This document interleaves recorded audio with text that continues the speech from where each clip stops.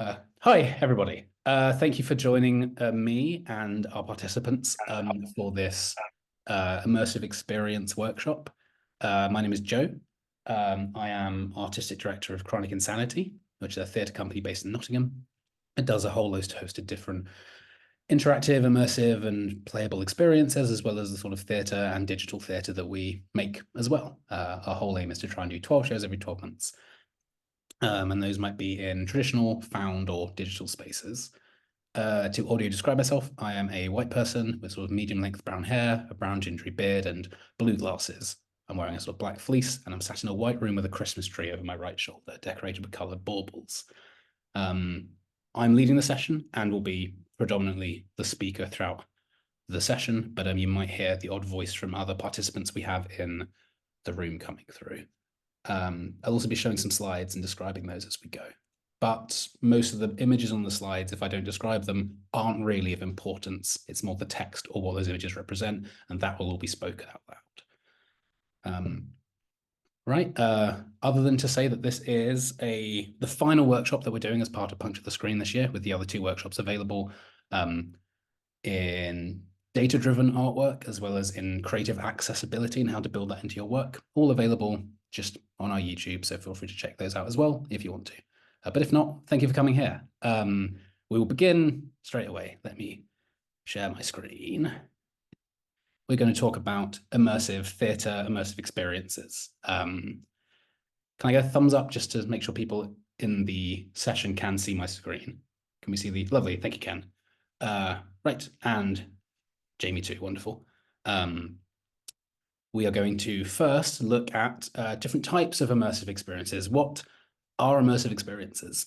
And we will look at these 10 categories as created by the Immersive Experience Network, a relatively newly created, research network and partnership between academics and immersive theatre makers and experience designers to do some more, dedicated research into immersive experiences and interactive and playable experiences, what they mean, what the economic benefits of them are, what the kind of audiences want, what the artists who create them want, and how can we make sure that this relatively new, in inverted commas, way of making work can continue to flourish within the UK and I guess further abroad as well.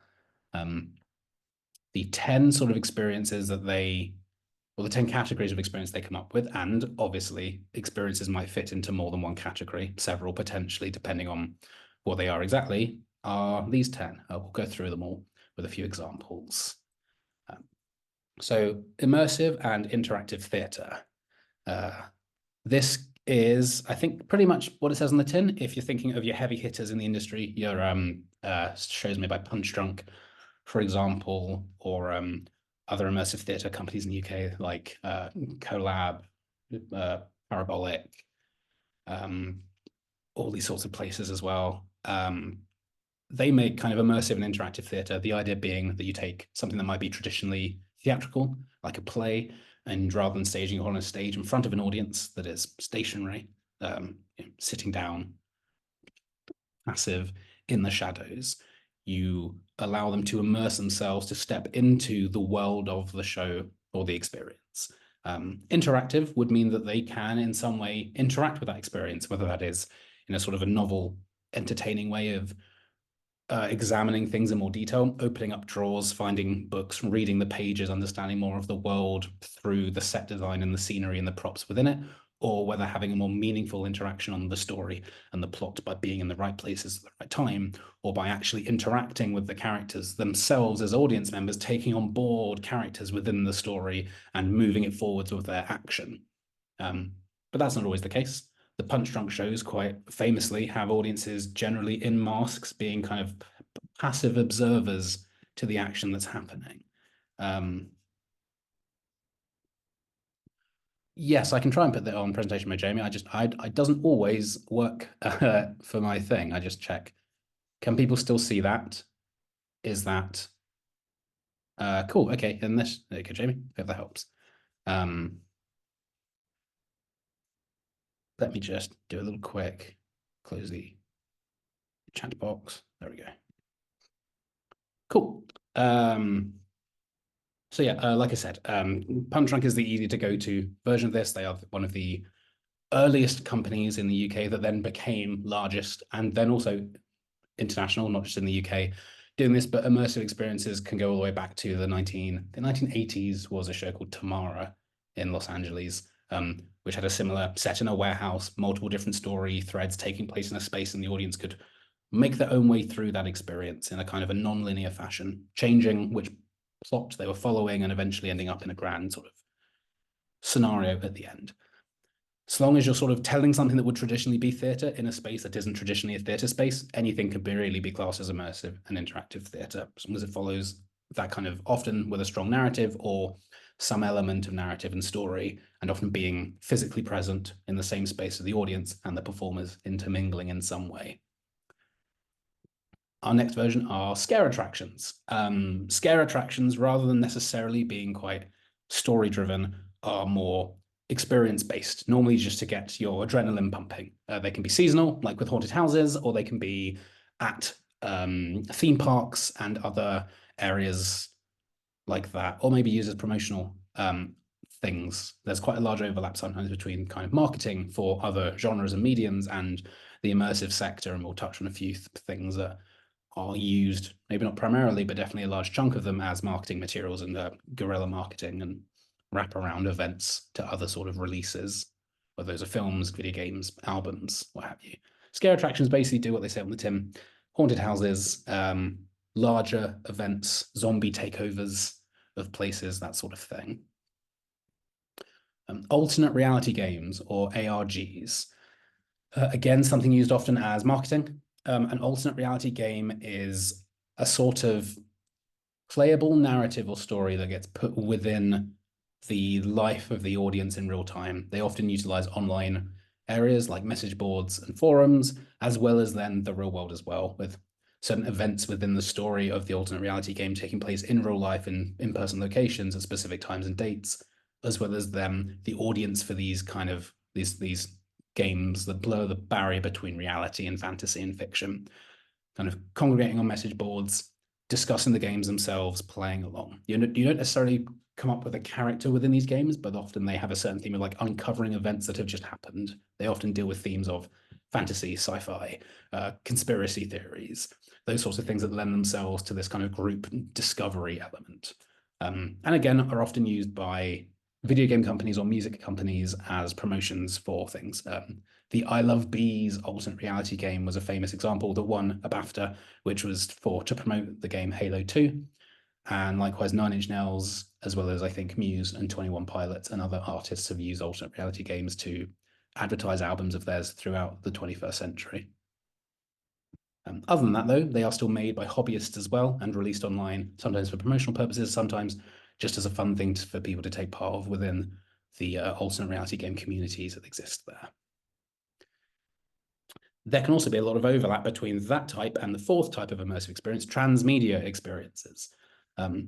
While in alternate reality games, you might take on a character or at least take on being part of a group to kind of interact with that space. Transmedia experiences don't presume that and actually are a much broader category, which is any experience that might take on board different types of media or be across media, transmedia, where the word comes from. They might take place again in the real world as well as on electronic devices. They might have on-demand elements such as film or treasure hunts, as well as live elements such as theatrical or flash mobs or in-person events that have to be a part of it. This is also quite broad. This is more of, I guess, a broader category of experience rather than it being a specific unified thing. And transmedia experiences could be promotional materials. They could be art trails through cities. They could be used as promotion or as used as actual events. They can take place over any period of time. I think it's a much broader, amorphous category of experience.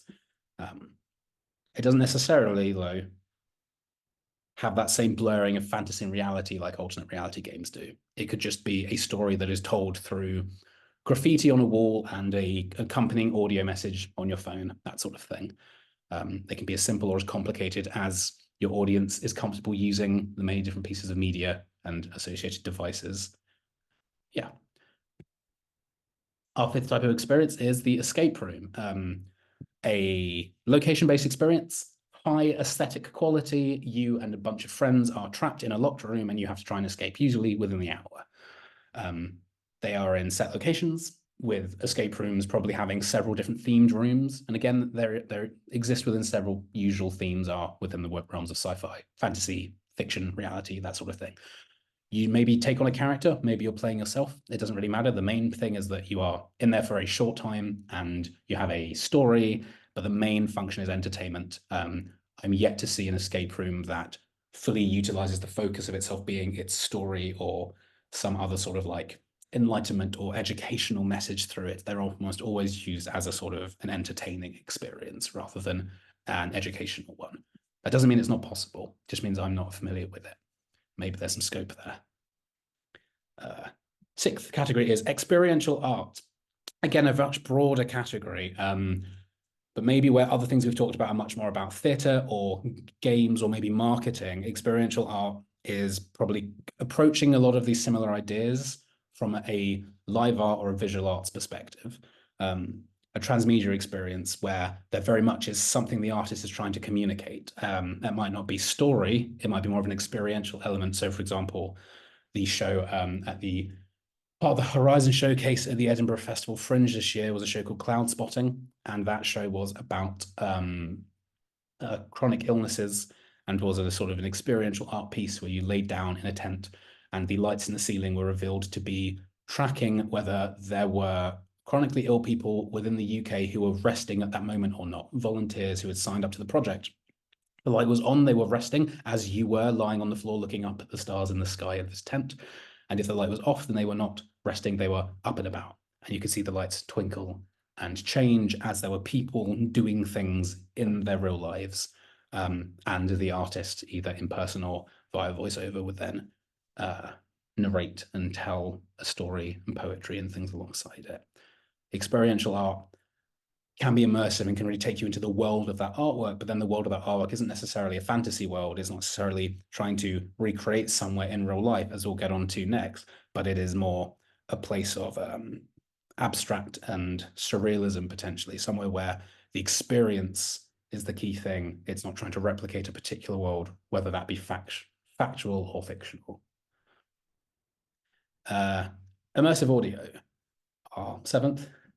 Space. This again does what it says on the tin. An audio experience that is immersive in some way. This might be that it allows you to imagine things. It might be a sort of a guided meditation / story experience where you're asked to picture yourself within a certain scenario and immerse yourself through just the power of your imagination. It might be an experience that uses spatial or binaural or ambisonic sound in some way. That is many different nuanced ways of saying sound that feels like it is taking place in 3 dimensions around you or is located in the room that you were sat in while you're listening to the experience. Very simple, easy to make, and again, can be about anything in the same way that a novel or a play or a radio play or something could be about anything. You take that story, put it in spatial, or ask the audience to really try and immerse themselves into it. You're getting immersive audio. The next category is live action role-playing or LARPing, the idea of getting together with a group of like-minded people, usually with a certain amount of costuming and dressing up, taking on board a character within a scripted or improvised world, and for sometimes a very extended period of time, days if not weeks, for some of the longest LARPs, playing out a fictional world. This could be in a kind of a more simple Renaissance fair style, which is quite classic and has been around for many decades, or some of the more recent LARPs to do things with like immersing yourself within, again, fantasy worlds, such as the Mad Max universe of a post-apocalyptic world, or sometimes in more realistic things. There was a famous LARP that happened just outside of Birmingham a few years back, which was about immigration detention, and LARPers would play, I think, the enforcers of that immigration system one day and then the people going through it the other day, and would have roles and lots of safety systems and welfare systems in place as well for that one in particular. But the idea is to fully immerse yourself within a story as the audience, and then to either passively watch other people and scripted elements of that, or take part and very much be a part of that story. The action or the passivity of the audience is something that they can control within a wider narrative. But that narrative might not be constructed going into it. With a lot of these other experiences, they might have an author, a dedicated person who is creating that story the audience isn't following along. A live action role play might have much more improvisation as part of it. And the direction of that story might be created by its audience or its community rather than, say, a sole author or an authorial organization. Location-based VR and AR, that is virtual reality and augmented reality, sometimes referred to as mixed reality or MR or extended reality XR. Again, a VR experience is a headset you wear that completely immerses you visually and then sometimes also spatially within a virtual environment. Location-based VR is just doing this in a particular location, but with that location means you can control other sensory elements like the tactile feeling under the feet of the audience. The sort of chair they're sat in, is that an office chair that lets you spin around and see everything around you, or is that a restrictive chair that forces you to look while in VR in a particular direction?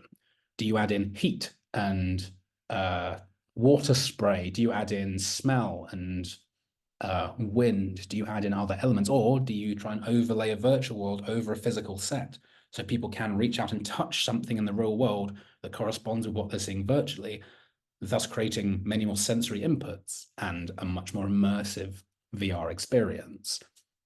Augmented reality is often done via headset or via a phone or tablet. It can also be done through projection mapping, as well as purely audio and without any visual element at all. It is the overlaying of digital and virtual information on a representation of the real world, whether through a camera, through headphones, or through projecting onto the real world. So something like a Snapchat filter is augmented reality. You see the real world, i.e. your face, and then a digital version over that. Or Pokemon Go, where you see a virtual creature, a virtual Pokemon within the real world through your camera. Telling stories in AR is really untapped and is getting more and more popular as the technology, in order to actually run these experiences, gets more commonplace. Location-based VR and AR might be in here purely because that's how most of the experiences are widely, I guess, staged at the moment or exhibited. And that's partly because of the expense required in gaining the technology for the audience.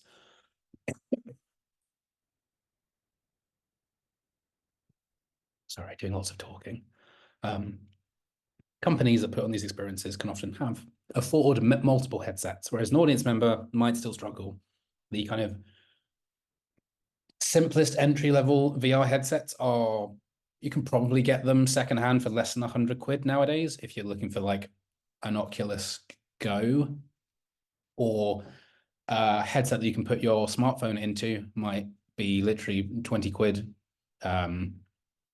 But those aren't necessarily the best versions. And if you want a sort of more prominently developed headset like an Oculus Quest 2, the Quest 3 has just come out, the Quest 2 might set you back secondhand around 200 quid, which is a lot of money for something that you might not know that you like yet. It's a big gamble, which is why I think location-based VR and AR are much more prominent at the moment as a way of actually getting these sorts of mixed reality experiences to audiences, where a company that develops these headsets or develops these experiences has the headsets and then distributes them, say, in a cinema or an exhibition space, rather than allowing people to use their own, because rightly so, they don't presume people have them. And then themed attractions, whether this is something like Wake the Tiger in Bristol, a kind of immersive themed attraction where mushrooms have opened portals to other worlds in an abandoned paint factory on the outskirts of the city, and you can traverse through those worlds to be sorted into a guild of earth, wind, air, or fire.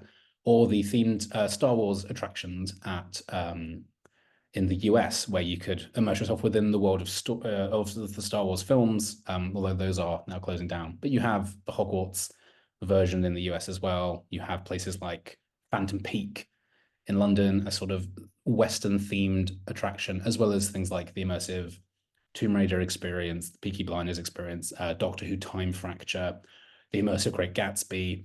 Again, some of these are bordering on that between immersive theatre and interactive theatre and themed attractions. And I would say themed attractions tend to have less of an overt narrative. Some will say they have a narrative, and some might have more of a hidden narrative that if you are particularly eagle-eyed you might be able to find and follow throughout an experience, but they are very much designed to be experienced without that narrative if people do not go seeking for it. They might be there to, like you say, to help immerse an audience more into a fandom or a property like they like Star Wars or Harry Potter. They might exist purely as an Instagram museum, a term that's popped up in the US for these sorts of themed attractions that are just sort of aesthetic scenes that one might want to take pictures of themselves or their friends in. There's no right or wrong, but they tend to not necessarily have a strong narrative, and the more narrative you put into a themed attraction, the more likely it ends up becoming something more akin to immersive theatre or interactive theatre.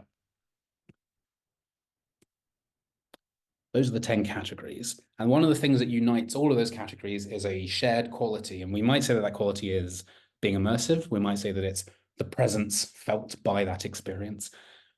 But these are very amorphous words that across different genres and different mediums mean different things. What might be immersive within the world in VR is actually the term of presence within the world of theatre, and immersion means something completely different. Likewise, what about certain fields that can only do one? A novel might be very immersive, but it might not necessarily have any presence, whereas plays and theatre have a lot of immersion and presence, and it can be difficult to kind of describe what you mean. Generally speaking, in my research I've done in my practice as an artist and a theatre maker, I refer to the term liveness to mean the kind of overarching quality of see, it's difficult to kind of explain, put into words. The overarching quality of the feeling that something is happening that in front of you in the same time and or space. There are air quotes around that potentially. But I think it mainly comes down to communication. Does this feel like this is happening in the same world as me? Maybe that means in the same time that I am in this place with the location with this experience. It can mean happening in the same place that I am in. Is it an augmented reality experience? I am just one step behind and seeing the aftermath of, but never quite being there when it's happening. I think that can still be live. And I think it's about communication or the potential for communication. Do I feel like if I were to be a little faster or a little more active, do I feel like I would end up within the midst of this? Or is it a completely separate thing? And that doesn't necessarily mean that you can do that.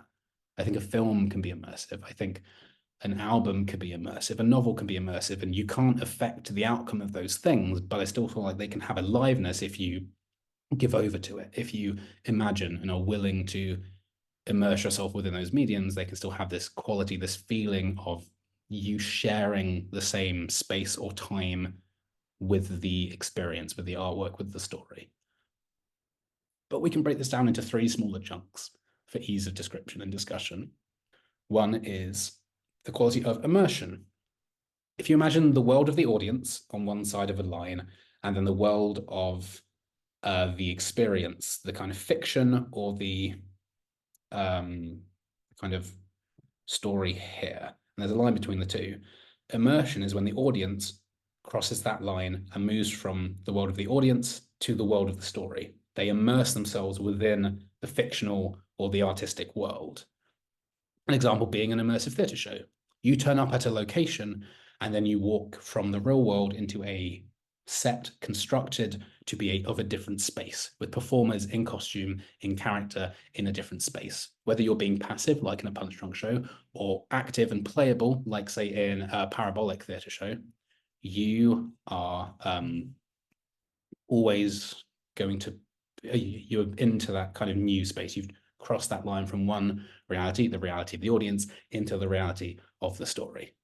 We just had something come up in the chat. I'm just going to try and click on that.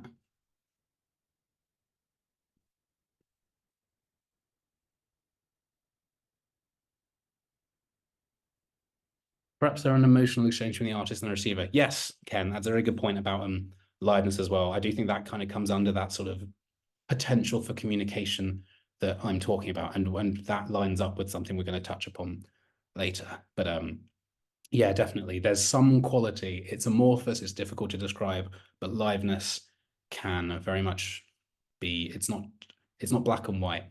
It's a more nuanced, complicated quality. You get a feeling that it's happening or not. Immersion is one of those qualities of liveness. A second is the idea of presence. Rather than the audience going into the world of the story, presence is the story coming into the world of the audience. I'd argue the theatre, while it can be described as being immersive sometimes on a stage, is actually a sense of presence, particularly at, say, a local theatre or a regional theatre. If you are a regular audience member, familiar with that space, that journey, the building, that auditorium that the show is taking place in, I'd argue the theatre is very much the world of a story or a fictional place or a place without history, if it's biographical, coming into the world of the audience, the auditorium being a kind of liminal space where this is designed to be able to happen, but is very much being presented in your space. It's being presented to you. You're not going into a space to seek it out. It's not already there when you turn up and you're amongst it. It starts when you're ready. It arrives once you're already there. It enters your world and presents itself to you.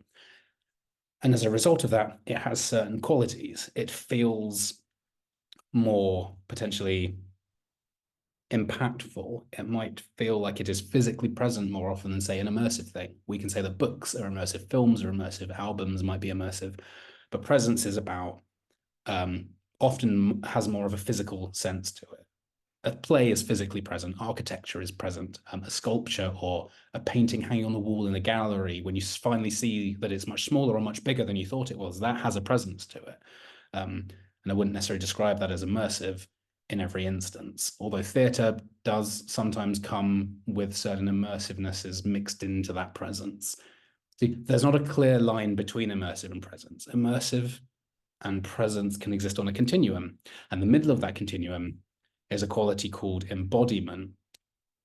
We often experience embodiment within the art of magic and illusion when, let's say, if you're a street magician in particular, the audience is very much within their world, whether that's a wedding or a party or just on the street where a street performer is performing, say, in a marketplace like Covent Garden in London or Times Square or somewhere like that. And yet the magician is creating things in front of you that do not follow the rules of the world, of reality that you are in, and you've never asked to imagine yourself away from. You've never asked to try and pretend you're not where you are, and yet you're seeing these things that don't feel like they exist from where you are. Rather than immersion with the audience moving into the world of the story, or presence with the story coming into the world of the audience, embodiment is about the disillusion and the hiding of that boundary between those two worlds. So the worlds can kind of mix and enmesh, and the audience isn't quite sure where they are. If you immerse yourself in something, it's very easy to take yourself out of it. If something is present, you can still leave, or that thing can leave you. But with embodiment, you create experiences that can have a longer lasting effect, have a more impactful effect, or a more nuanced and complicated effect. Magic is just one example. Other experiences that have a certain amount of embodiment, or the dissolution of that line between the world of reality and the world of the story, are things like professional wrestling, where we know that it is constructed to a certain degree, but also we know that there is a certain amount of athleticism. We're not sure if what we're seeing is a fake punch or a real punch, and sometimes we're definitely sure, but sometimes we're not. And that sometimes we're not is very much with that embodiment. Political propaganda might fit into this space as well. Found footage horror films, very much within the world of embodiment. We know what we're seeing is fake. We know that this isn't going to be a real film of a witch in a forest or an alien spider on the moon or a ghost in someone's house, but it's presented as if it's happening in reality, whether that be historic, such as things like Apollo 18, or whether that is something happening right this minute, as is maybe within something like the Paranormal Activity movies or the Blair Witch Project at the time that it came out. In fact, the Blair Witch Project is a great example of how many of the different experiences we were talking about can mesh together. Itself is a film, and that film isn't necessarily very immersive, but it has this very strong quality of embodiment because it pretends to be being a real story, a real videotape that has been found and released in cinema somehow. But then the marketing around the film very much followed the idea of an alternate reality game. They pretended that it was real. They played into that idea. The actors weren't allowed to perform in any other show that was released for a year so that it could feel like they could pretend they were real missing people. There is an idea of an alternate reality game around that. And then if you combine the two, the online marketing strategy and the film itself, it becomes a transmedia experience like we were talking about in the Immersive Experience Network's 10 categories. Embodiment is more likely to fit within those sorts of experiences as well. The alternate reality games, the transmedia experiences, places where the author of the experience really wants to try and create a blurring of the boundary between the two. Whereas something like LARPing is very much an immersive experience where you go into a fictional world. And something like immersive audio, oddly enough, can be a very present-filled experience. It's much easier to fool someone's ears and their eyes. And immersive audio can really convince you of a physical presence next to you, much more so than, say, visuals can sometimes. Particularly, it's astounding how much a pair of headphones and a whisper in your ear through a headphone can make you instinctively turn around. But we'll touch upon that in a second. What you're seeing here is the idea of that continuum I was talking about. The presence and immersion can exist on a spectrum at two either ends with embodiment somewhere in the middle, and that there aren't always clear lines between these places. That immersion at some point turns into embodiment, and if you keep going whatever that direction is, at some point it turns more into presence. And different art forms and genres and immersive categories will play with different amounts of this. But this isn't the only thing that can vary within an experience. You can create something a little more complicated, which I call the liveness wedge. It shows that this idea of a presence, embodiment, and immersion at the bottom of this sort of wedge of cheese shape, like a ramp. Along the flat edge of the ramp at the bottom, you have the liveness spectrum I was just talking about. Presence that turns into embodiment, that turns into immersion along one axis, say the x-axis.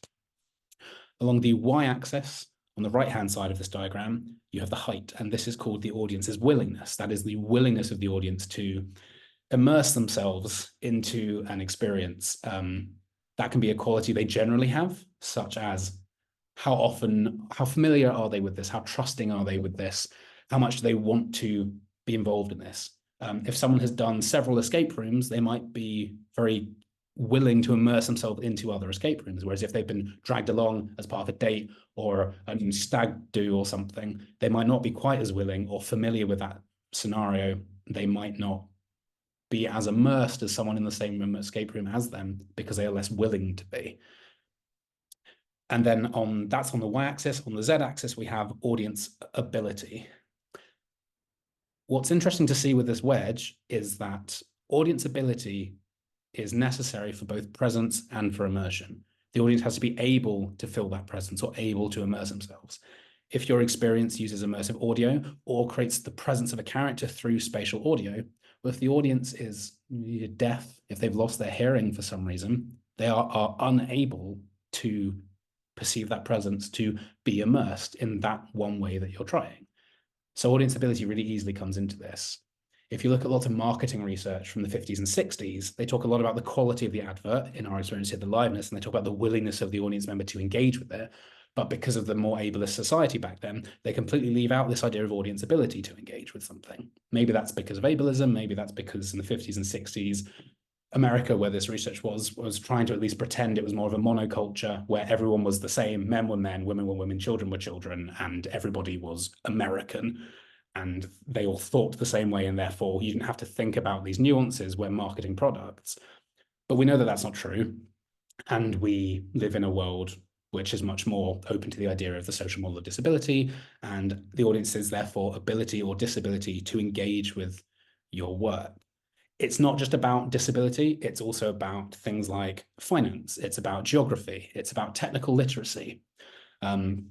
If somebody is concerned or worried, is not confident with using new technology, then they might not be able to remove themselves enough from that worry to immerse themselves or to fill that presence in a way to focus on it. Technical literacy is important and counts under accessibility or ability in this instance. I might find a theatre show more immersive or more presentful the closer I am to the stage. And therefore, in a larger West End venue, if I'm up in the cheap seats at the back, because that's all I can afford, then finance has limited my ability to be immersed or to feel the liveness of that experience. Likewise, if something is an in-person experience and I live far away and it's not touring and I can't get there, geography limits it. Maybe I can watch a National Theatre Live presentation on their app or in a cinema. But is that the same amount of liveness or the same quality of liveness as it is being in person? Probably not exactly the same. The other important thing to see with this diagram is the idea of willingness and how people often need a willingness to be immersed, but presence doesn't have a willingness quality to it. Presence is automatic. It's unconscious or subconscious. It doesn't require the permission of the audience member. And we know this to be the case. You can't force someone to be immersed into a story. They have to agree to it. They have to consent to it and go along with that immersion because it's fantasy, it's make-believe, and they have to be part of the agreement of that. They essentially have to agree to be a cast member, a character within that story, whether active or passive, in order to get the most out of it. You have to work with your audience for an immersive experience if you want them to feel that particular quality of liveness. But presence is an automatic process. It's subconscious and unconscious, like I just said. If people hallucinate, they perceive the presence of things that aren't there. If people are daydreaming, they can not be aware of the presence of things that are physically there. Presence and liveness is a quality within the brain rather than within the audience member, the environment, or the work itself. Liveness exists in the eye of the beholder, or the brain of the beholder, essentially. And particularly with presence and immersion, well, with presence, you don't necessarily need an audience member to be willing.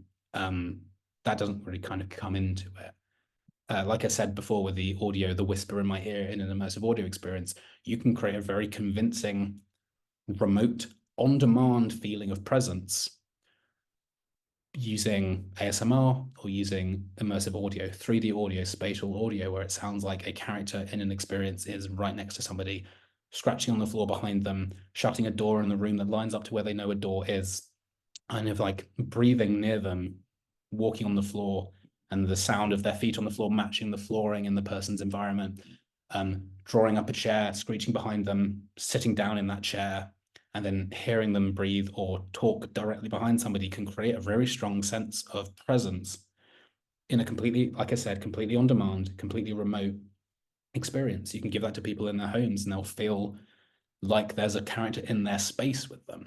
It's really powerful. And other than taking their earphones out, removing their ability to perceive that presence, they don't have to give into it. It's an automatic perception rather than, say, a higher level imagination or creative based function that the audience has to play a part in creating alongside you. I said before I'd done some research, and part of that research was investigating something like the liveness wedge and these experiences that exist within that embodiment space as well, where you kind of blur the line between fantasy and reality. I've made quite a lot of immersive work over the years, but specifically this focus on an experience called Guest, which was a first date simulator over Zoom. The audience would sit down at a computer and we would boot up a Zoom call, a pre-recorded video of a researcher, which we had several non-linear paths for, which meant that depending on what the audience's very limited responses were, different videos would play over that researcher, kind of listening to them, giving them instructions, asking if they had any instructions, and then letting them get on with the experience. And then they were played videos of a date with a variety of male, female, or non-binary characters that they could go on a first date with, in inverted commas. And there were 16 possible endings and a sort of a branching narrative. So depending on how the audience behaved in that date, different story paths would be unlocked for them and they would go down them. And it just looked like a Zoom call. And the control method was the audience would speak and they would look at their screen. And we would look at where their eyes were looking, whether at the center of the screen or whether off to the sides, and use that to pick moments in particular parts of the game, as well as when they were talking and if they were talking or if they had finished talking, so we could have the character wait until they had stopped talking to respond to them or interrupt them if we knew that they were making some sort of noise. It was a very lo-fi way of trying to evoke a sense of presence, but not just presence in general, but that you were on a video call with a human being. The video between scenes would jump. The characters would sometimes not necessarily make sense because they didn't know what the audience was saying. They would just go down a preset route depending on how long people had been talking for, when they started talking, when they stopped, where they were looking on the screen at various points. And yet 75% of the audience felt that it felt like a real Zoom call. It felt like they were talking to a real person.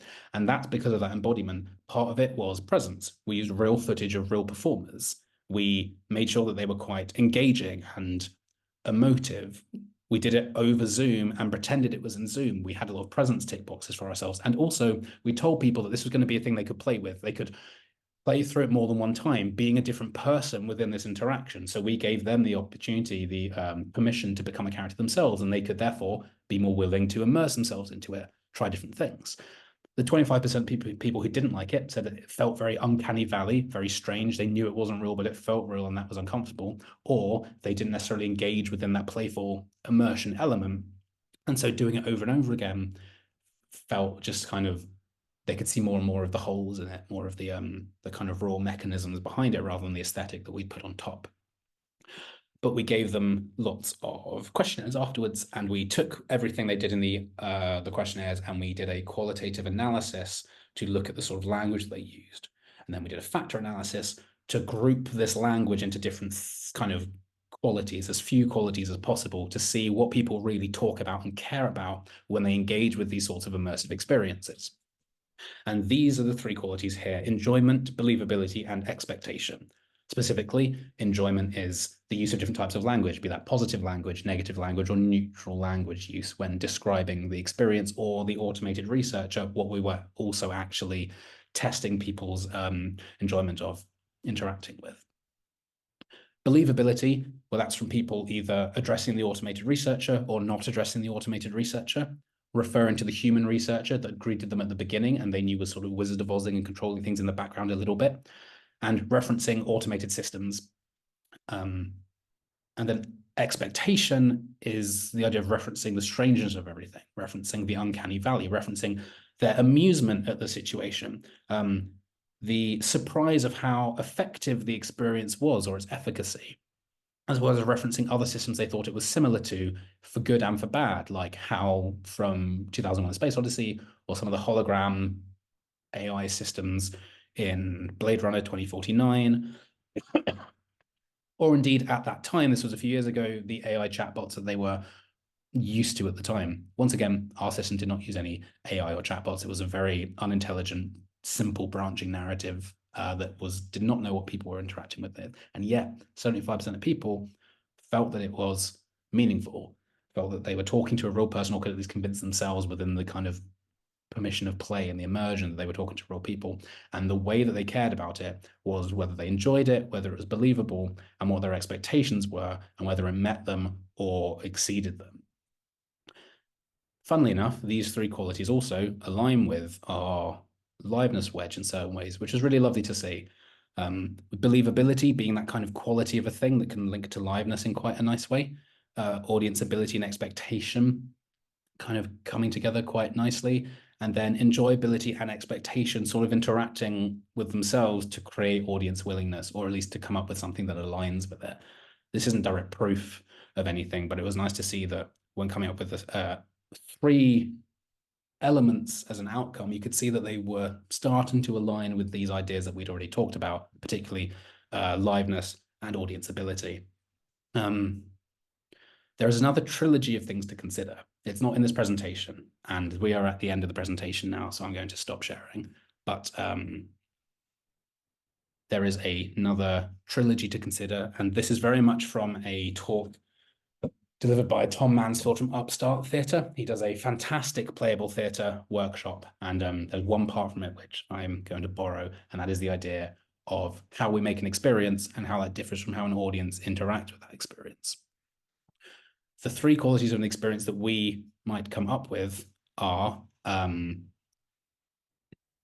they are the mechanics of that experience, the dynamics of that experience, and the aesthetics of that experience. The mechanics is how it works, whether that is code, whether that is a script that actors follow, given certain circumstances, what they say for definite and what they improvise. The dynamics of that experience are how the audience interact with the mechanics. How do they have physical buttons they press? Do they control it via their eye movements and their speech, like they did in my experience guest? Do they interact with the actors in a certain way? Are they passive or active? And then the aesthetics is how it looks. What's the skin over the top of everything? How lo-fi or high fidelity is it? When we're making an experience, we often do it in that direction. We come up with the mechanics, the story, the interaction method. Then we test that. We figure out how audiences will react to that, and we edit the experience appropriately, and then we add an aesthetic to it. We make it look a certain way, or feel a certain way, or sound a certain way. But when audiences interact with the experience, they do it in the opposite direction. They are immediately aware of the aesthetic. That's the obvious initial sensory thing that they can pick up about any immersive experience. Then they start figuring out how they interact with it, and then they can play the game or metagame or just passively watch as other people play it.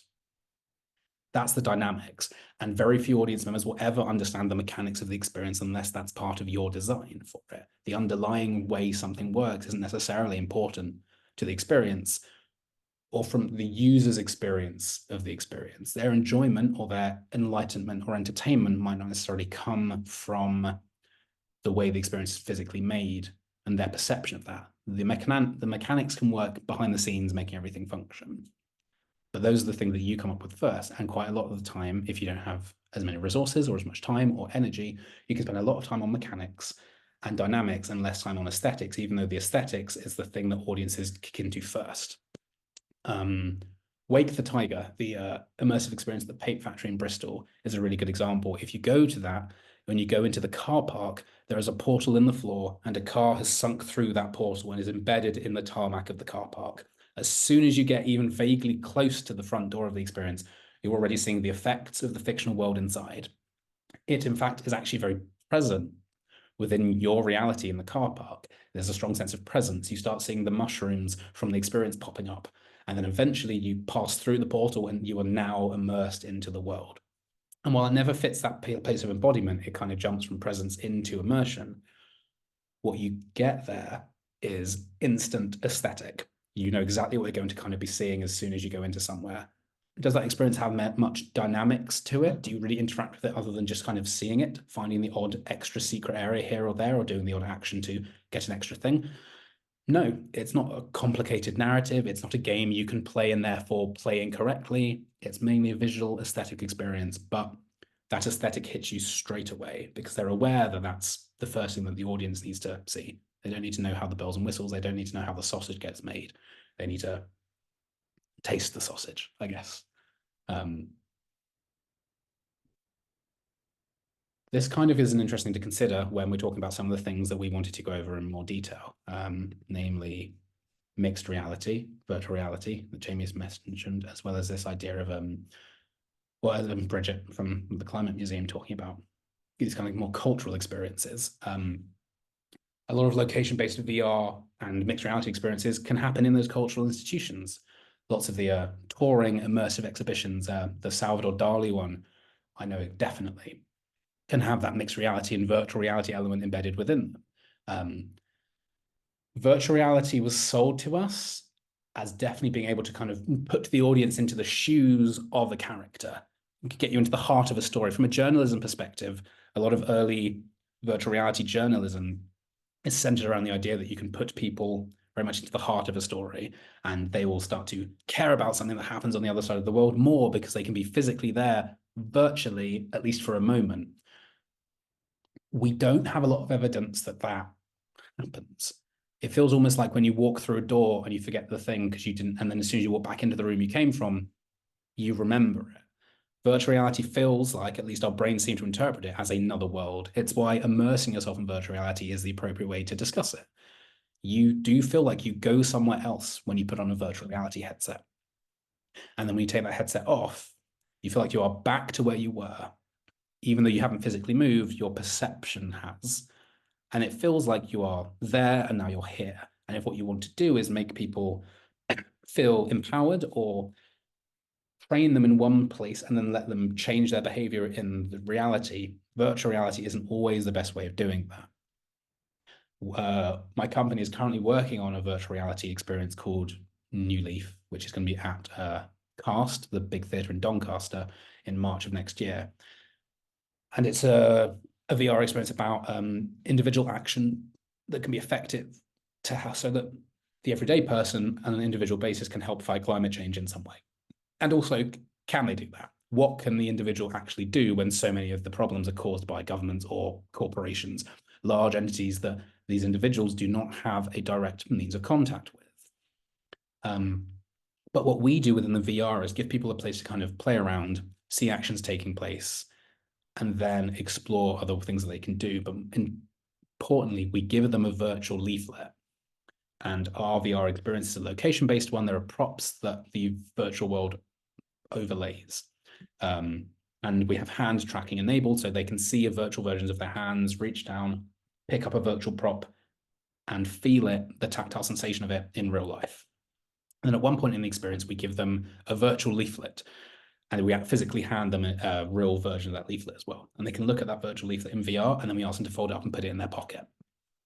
And once they leave the experience, the hope is that later on they will go through their pockets and find that leaflet, that bridge between the virtual world and the real world.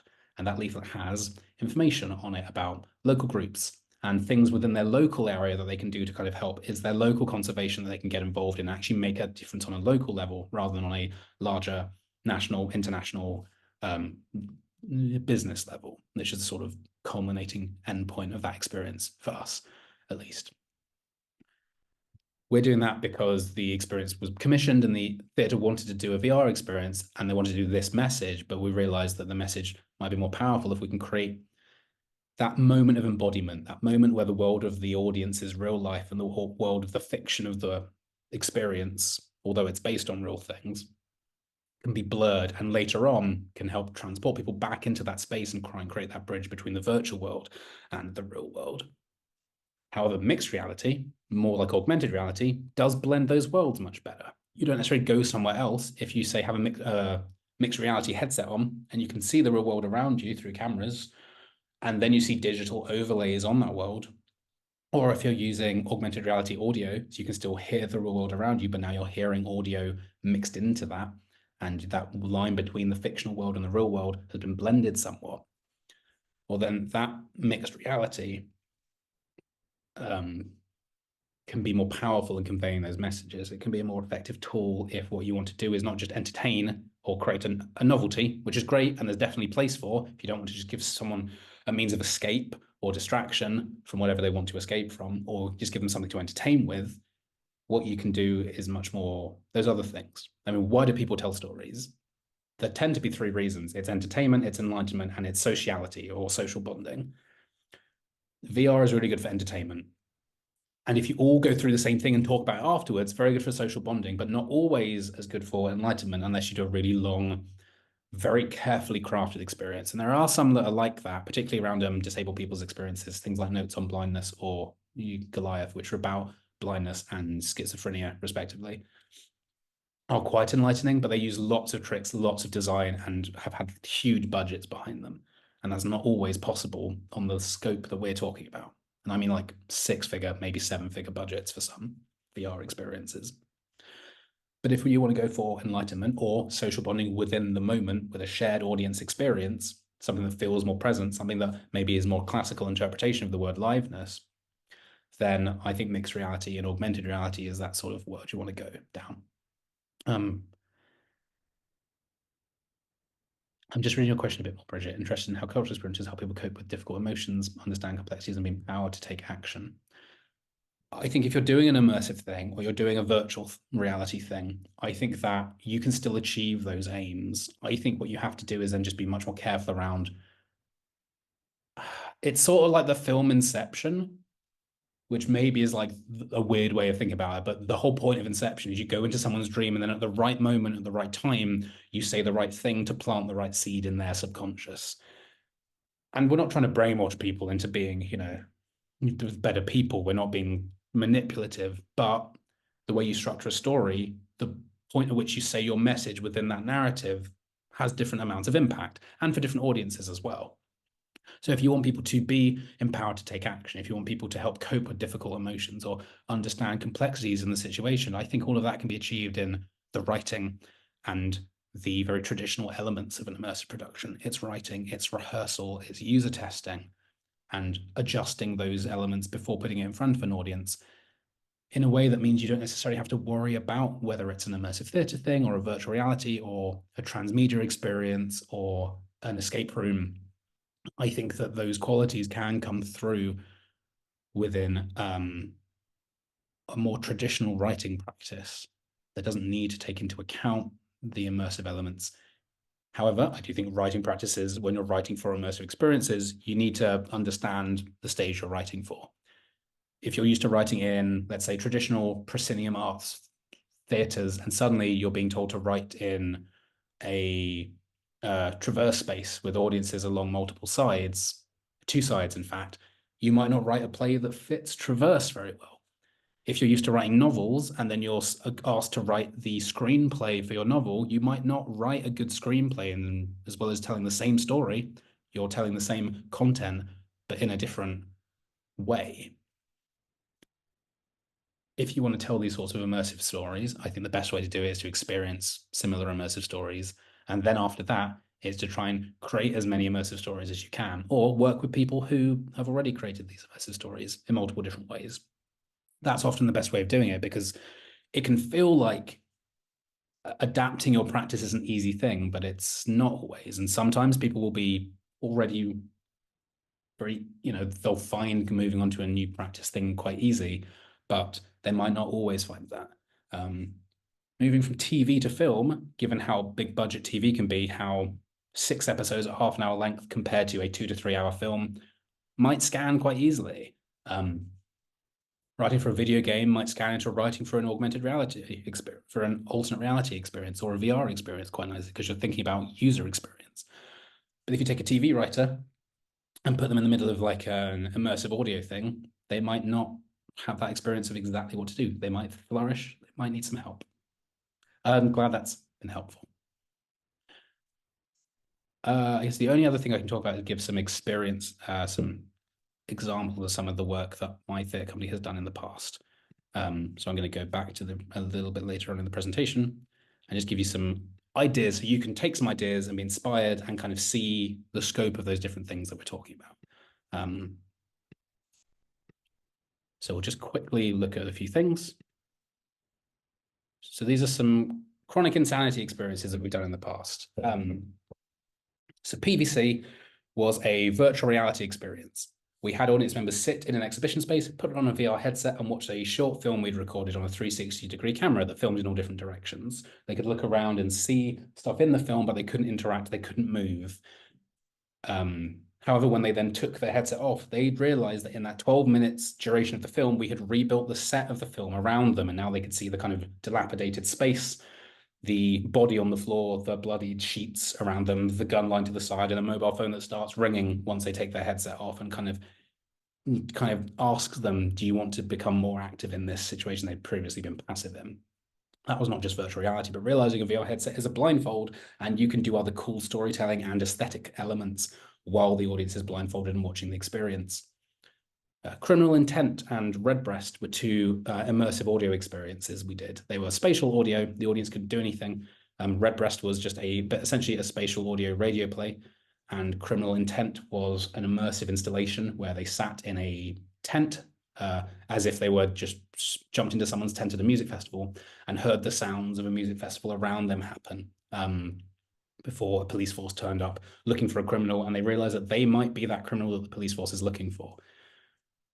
Interdimensional Phishing Scam, Hairy Hands FM, and Stewed are all interactive audio experiences. They don't necessarily use immersive audio, although Hairy Hands did, but they utilize the microphone on the phone or laptop of people's devices, and people could talk to those experiences and interact with them via audio.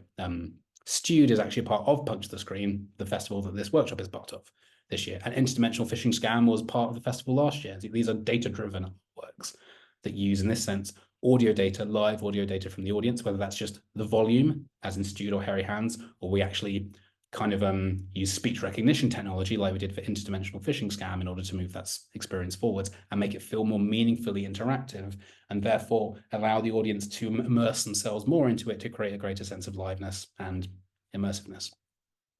Conduit, Stay Safe and Miles Away were all different styles of text-based experience and video within them as well. Conduit was via people's email inboxes. Stay Safe was via WhatsApp. A horror experience via WhatsApp, which worked remarkably well given that it was just text on a screen being delivered at certain points. And Miles Away was more of a twine or a sort of an interactive text experience we did on the website.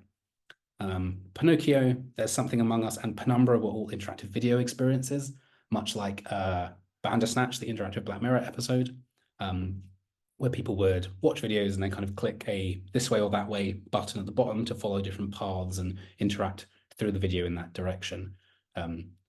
Flavor Text and All the King's Men were alternate reality games. Those sorts of online treasure hunts, both of those were online. Flavor Text was across 16 different websites, following a story in the comment sections across different websites like Breadcrumbs. And All the King's Men had 5 different chapters, each in a different area, whether that was comment boxes on the website or a text-based system or an audio experience that people had to do on their street outside their house to hide a secret code word for another character in the game to find. And then All Falls Down and Andy's Coming were 2 sort of immersive and very much playable experiences. They didn't have any set. They didn't have anything other than a small diorama on a table in front of the audience. These were live experiences in person. And then the performer, the game master, would describe a scenario in All Falls Down. It's a plane crash in the forest with a mysterious threat, be that a monster, a natural disaster, or something in the forest that the audience then had to overcome. With a Jenga set in the center of the table. Every time they have to do an action that is outside of their skill set, they pull a block from the Jenga tower, and if it falls over, something terrible happens. Andy's Coming is Toy Story meets Kill Bill. You and the rest of the audience are toys that have been dropped off at a charity shop by your owner on the way to university, and you have to follow them to seek your revenge for being abandoned using your magic 8-ball as the deciding factor at any point where there is a fork in the road. Yes, no, not right now, ask again later, doesn't look good. That is the wide range of immersive and interactive experiences that you are able to come up with. Some of those are more technological based, using speech recognition or kind of automated WhatsApp systems. Some of them are just a person in front of another group of people telling a story with a prop or a Jenga tower or something like All Falls Down or Andy's Coming. They can be as technologically heavy or as just person telling a story and letting the audience meaningfully interact with that story to dictate where it goes, to have no script and just purely improvising on the spot. Or they can be the most scripted, restrictive, these are the paths you go down. Audiences enjoyed all of these. Maybe not always the same audience, but we had a very wide range of audience come to all of these different experiences. Some of these we've done over and over again. Some of these we've just done as one-offs. And regardless whether these have been in person or not, whether they have been digital or physical, whether they have been on demand or happening in real time, remote or in person, I think I just said that, they have all created a sense of liveness for the audience, and they've all felt immersive or interactive in a way that the audiences have been left happy with. So you do not need to worry if you're making immersive experiences about having to do it in person or having to do it live even. Most of these are pre-recorded. Most of these are completely on demand and pre-recorded, and anyone could do them at any time and still get that same feeling of liveness. And I guess I want people to take that with them as well. That idea that it's not just about immersive theatre. It doesn't just have to be being in like somewhere, a vault festival with a group of 5 people around you telling them a story and giving them a task to go off and do. You can do it in any way. Immersiveness, like we've seen, is immersion is one of 3 qualities that come under the umbrella of liveness, and lots of things can be immersive, and you can make immersive theatre in lots of different ways. We're going to begin to wrap up there, but do people have any other questions? If you are watching this on demand and you have questions, I'll keep an eye on the comment section, so feel free to ask those, or reach out to us on social media, Chronic Insanity Theatre, everywhere other than Twitter, where we're CI Theatre, initials. I'll also check the comment section under this video. And likewise, if anyone in the Zoom meeting right now also has any questions, feel free to type them in the chat, and I will answer them if I can. But I hope that's been useful. Jamie, what's your favorite immersive medium to work in and why? And Ken, can we just introduce ourselves and what our practices are? Sure. I'll answer Jamie's question first, Ken, and then we can crack on if people want to introduce themselves. Yeah, sure. Favorite immersive medium to work in and why? I think it varies quite a lot. I do like alternate reality games because I feel like even though I'm a theatre maker, I do like the idea that I have a problem with the impermanence of theatre. I think putting on a play takes, and an immersive theatre show absolutely takes loads of work and resources and effort from everyone involved. And then it's there for like a little bit. And sure, it lives on in the memories of people, and you might get the opportunity to restage it later, but it's so temporary. And for some stories, for some work experiences, that worked really well. But I think it's still always a shame. Whereas an alternate reality game, I think feels just as live as a theatrical show. However, it's completely on demand, and people can engage with it whenever they want, engage with it as a community. So there's still that social element that theatre has right at its core, that being able to share an experience within a bunch of other people. And even though it's almost fully, you can make them completely digital, completely on demand, completely remote, they can still feel just as live as something in person, particularly if they are about a story that takes place in an online space. Digital theatre, telling digital stories works really well, and ARGs are a really good example of that. So while my favorite immersive medium pings around a bit, and as an audience member, I like doing escape rooms because I like the puzzles and I like the time pressure and I like the kind of challenge of them.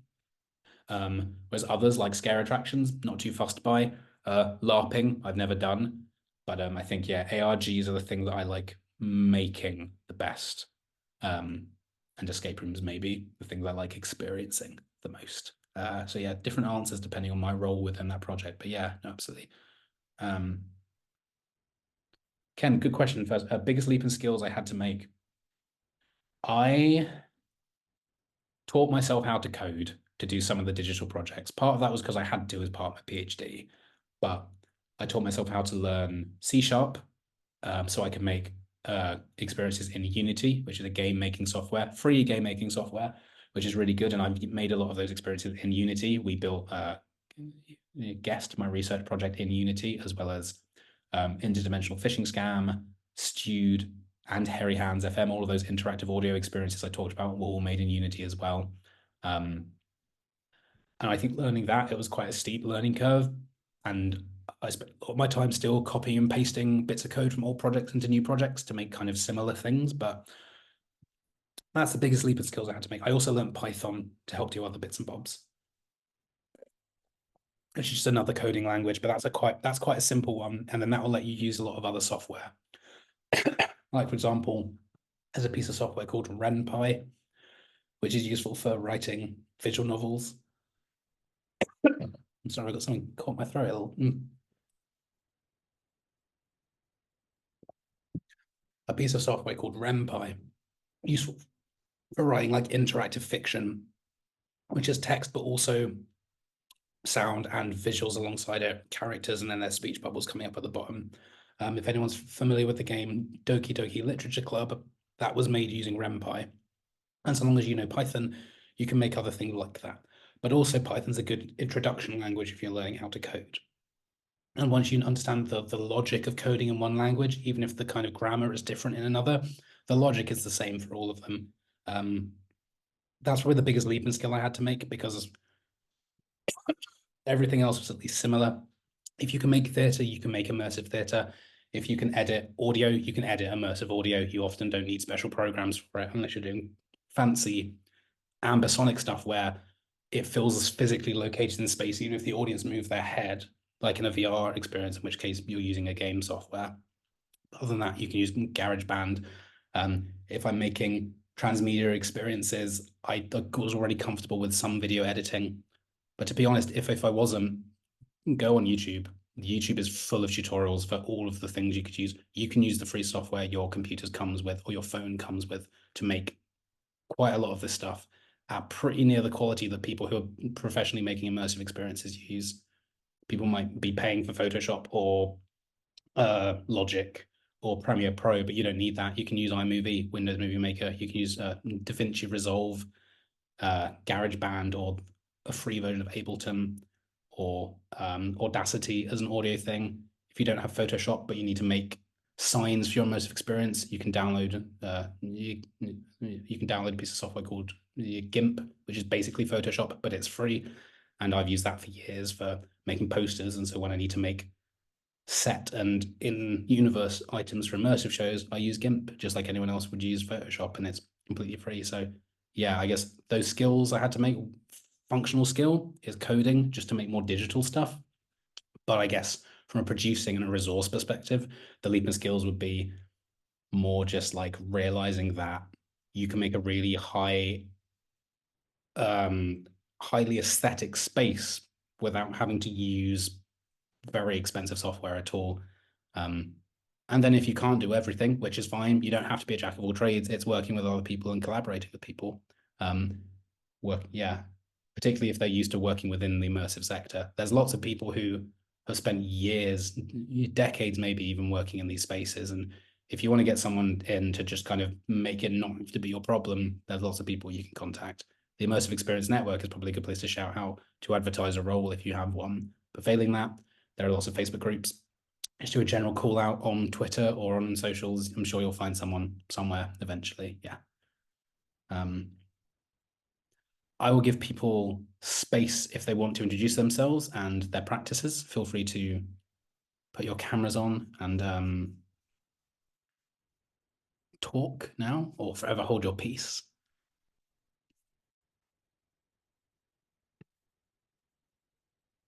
Yeah, hi.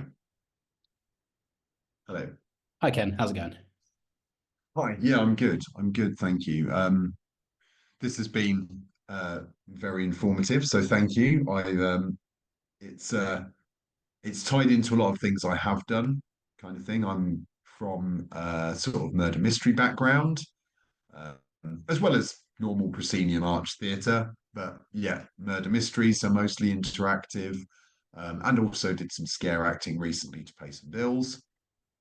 Um, so, but both of those experiences I've kind of reevaluated in light of tonight's conversation, basically. And you start to see extra possibilities for what you might do.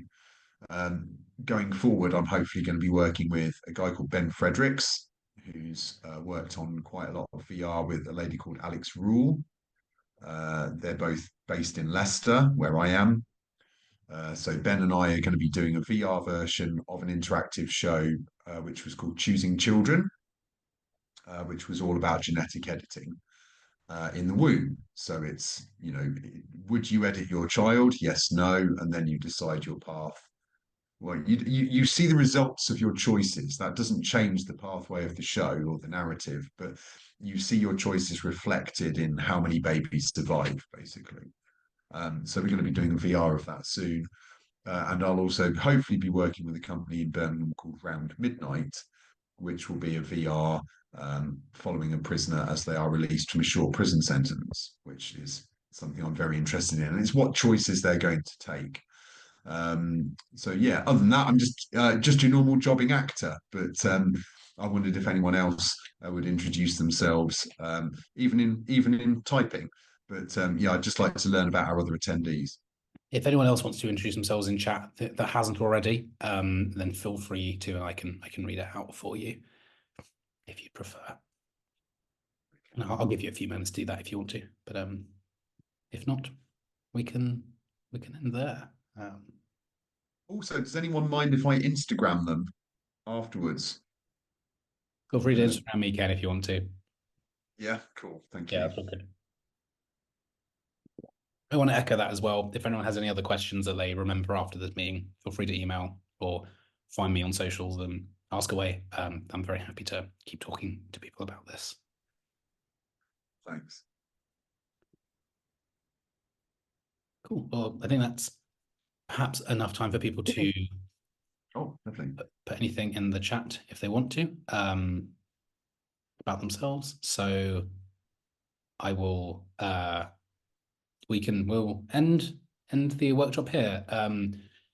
Thank you for coming, everybody. I hope this has been helpful. And like I said, we have the rest of the festival on until Sunday this week, the 17th of December. And this has been an annual thing for 3 years, so it will probably come back next year at some point. So if you miss out or you're watching this at a later date, don't worry about it. Lots of the work comes back in our archive every year, so you can experience it next year if you would like to. Feel free to enjoy the rest of the work of the festival or the rest of these free workshops on YouTube. Or if you don't want to do any of that, thank you for watching this so far and getting so far through it. Thank you for coming for our in-person participants or our remote participants in the Zoom.